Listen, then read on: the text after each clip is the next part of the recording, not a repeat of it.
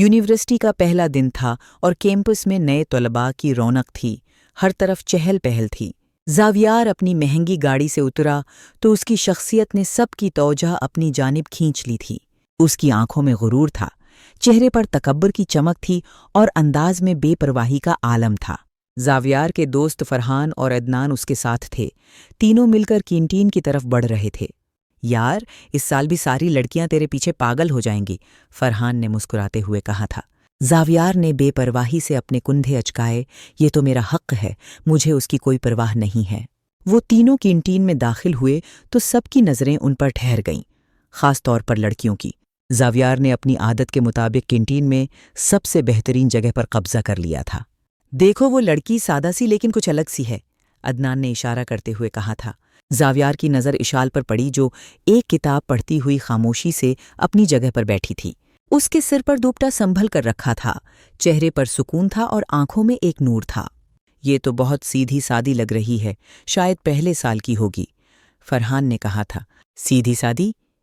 یار، میں تو اسے 2 دن میں اپنا دیوانہ بنا دوں، زاویار نے اعتماد سے کہا۔ اتنا یقین ہے تیرے اوپر؟ چل پھر شرط لگا لیتے ہیں، عدنان نے مذاق میں کہا تھا۔ شرط؟ ٹھیک ہے، اگر میں 1 مہینے میں اسے اپنی طرف متوجہ نہ کر سکا تو، زاویار بولا۔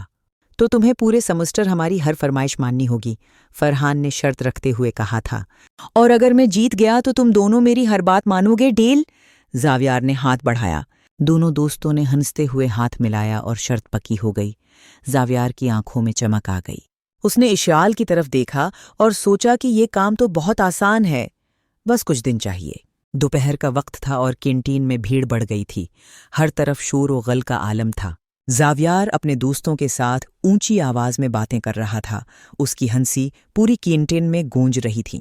اچانک ایک لڑکی نے غلطی سے زاویار کے پاس سے گزرتے ہوئے اس کی کافی پر ٹھوکر مار دی۔ کافی کا کپ گرا اور زاویار کی مہنگی قمیض پر کافی کے دھبے پڑ گئے۔ اس کا غصہ بھڑک اٹھا۔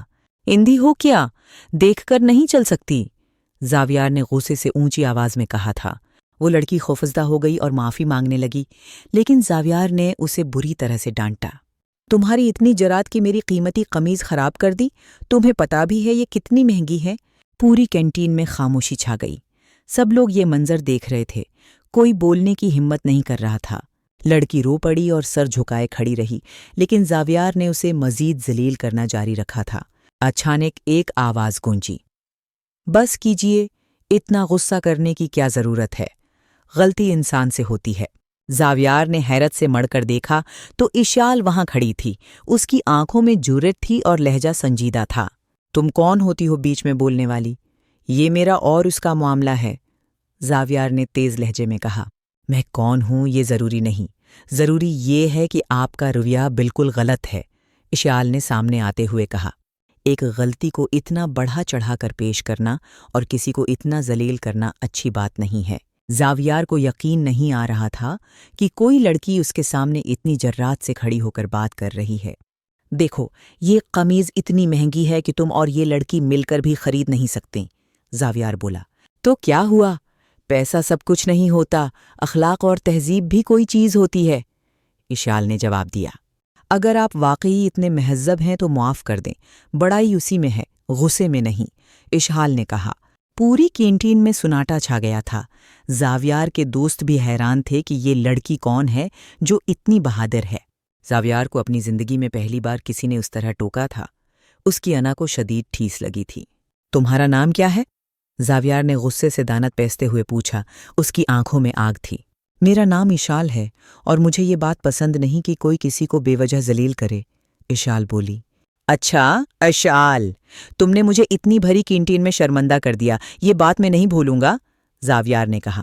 اشال نے بے پرواہی سے کہا، میں نے کوئی غلط بات نہیں کی، حق بات کہنے میں شرم نہیں آتی۔ وہ اس رونے والی لڑکی کے پاس گئی اور اسے تسلی دی، پھر اسے وہاں سے لے گئی۔ زاویار غصے سے کانپ رہا تھا، اس کے دوست بھی حیرت سے اسے دیکھ رہے تھے۔ کوئی کچھ نہیں بول رہا تھا۔ یار، یہ لڑکی تو واقعی مختلف ہے، اس نے تیرا منہ بند کر دیا، فرحان نے آہستہ سے کہا۔ خاموش، میں نے تو اب تک ایسی جرأت کسی میں نہیں دیکھی، یہ اپنے آپ کو سمجھتی کیا ہے؟ زاویار بولا۔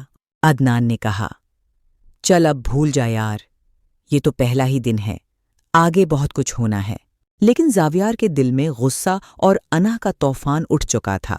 وہ یہ بات برداشت نہیں کر سکتا تھا۔ شام کو جب وہ گھر پہنچا تو اشعال کا چہرہ اور اس کی باتیں اس کے ذہن میں گھوم رہی تھیں۔ میں اسے دکھا دوں گا کہ زاویار سے پنگا لینا کتنا مہنگا پڑتا ہے، اس نے سوچا اور مٹھی بھینچ لی۔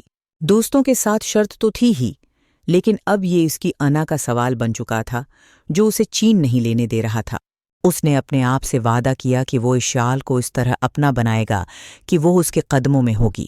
میں اسے اپنا دیوانہ بنا دوں گا، اور جب وہ میری محبت میں گرفتار ہوگی تو اسے دکھا دوں گا، زاویار سوچ رہا تھا۔ لیکن اسے یہ نہیں پتا تھا کہ اشعال جیسی لڑکی کے دل تک پہنچنا اتنا آسان نہیں ہے۔ اسے اپنی غلطی کا احساس ہونا ابھی باقی تھا۔ رات کو زاویار نے فرحان کو کال کی اور کہا، کل سے میرا مشن شروع ہوگا، اشعال کو جھکانا ہوگا۔ یار، لیکن وہ لڑکی عام نہیں لگتی، اس کی آنکھوں میں ایسا کچھ تھا جو الگ تھا، فرحان نے کہا۔ مجھے فرق نہیں پڑتا، میں نے قسم کھائی ہے کہ وہ میرے سامنے جھک جائے گی، زاویار نے غصے سے کہا۔